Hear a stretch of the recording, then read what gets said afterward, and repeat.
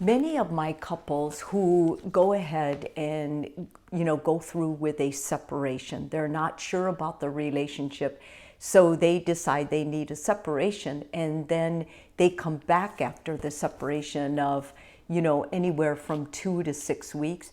They go through a very awkward time. That awkward time is basically trying to understand the transition of reconnecting after a difficult struggle.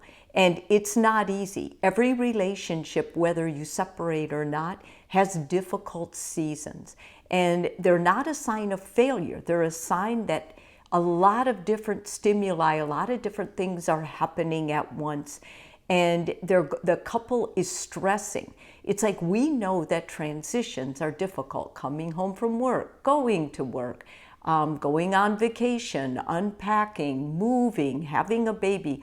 All these are transitions that couples need to go through.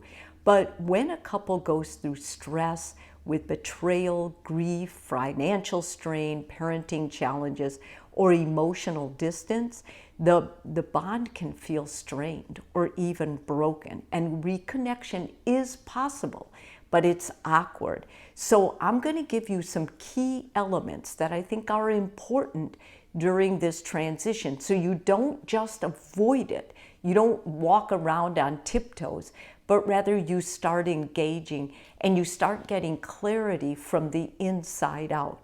The first is to understand what caused the distance. And this, I recommend asking yourself these questions and then maybe coming with your partner and talking about it. So, what changed in our lives when we began to feel distant?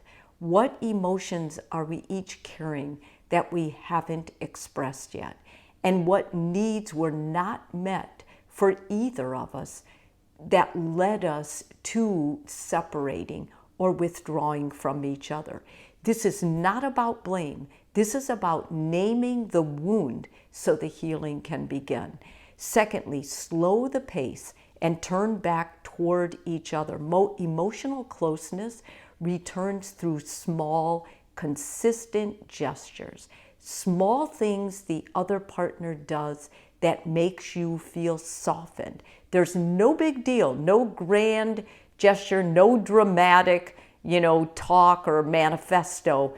Just choosing to turn toward each other with kindness. So things like look at each other when you're talking, put a hand on their arm when you're passing by, sit near each other again, not across the room. Send one message during the day that says, I'm thinking of you.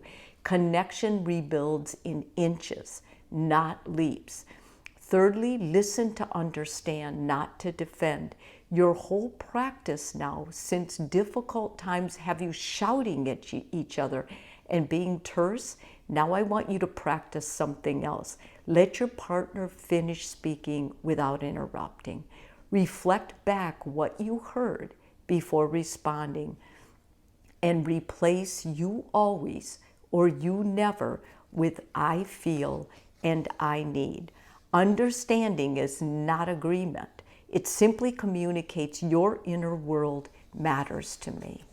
And share the hard truths gently. The things you need to share that are the truth.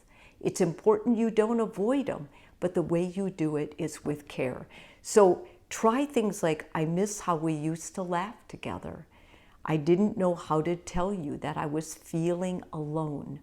I want to feel close again, but I'm scared. These are real truths. These need to be said. You can't tiptoe around this stuff, but you need to be gentle with each other when one of you begins the sharing. And rebuild trust through action, not promises. This is not the time to tell your partner, oh, I'm going to do everything different now.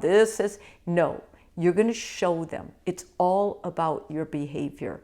Trust is earned through repeated experiences of emotional reliability. So following through on what you say you will do, being emotionally available when your partner reaches out, admitting mistakes without defensiveness, engaging in regular conversations about how the relationship feels. Trust does not return all at once. Sometimes it takes years to fully trust the person, but it does grow with consistency. And create new positive experiences together. This is so important. Start new rituals, a weekly walk where phones stay home, cooking something unfamiliar together, a no pressure date where the goal is simply to feel relaxed and good again. Good being together, like you're building, like you're connected. New memories will help the relationship start breathing again. It'll give it some life again. And seek support when needed. I think the most humbling thing for some couples is to actually say, listen, I don't know how to do this. We need help, we need guidance. And at that point, start looking, start the search for a therapy. A really good therapy way to always begin is with an online type therapy where you can talk to someone, get weekly check-ins, someone holding you accountable for what you're trying to do, what you're trying to practice. And then from there, maybe finding a therapist that suits your needs perfectly. And you can go into the office and really spend time with them and begin talking about some of those things that you stumbled on before that are still in there, but you just aren't quite feeling adept at handling what may come out from it. That's a time to really get intensive therapy. But that too takes trust, and it takes time that the two of you are really going to work on this together. If this video is helpful for you, please subscribe. And if you're already a subscriber, thank you so much.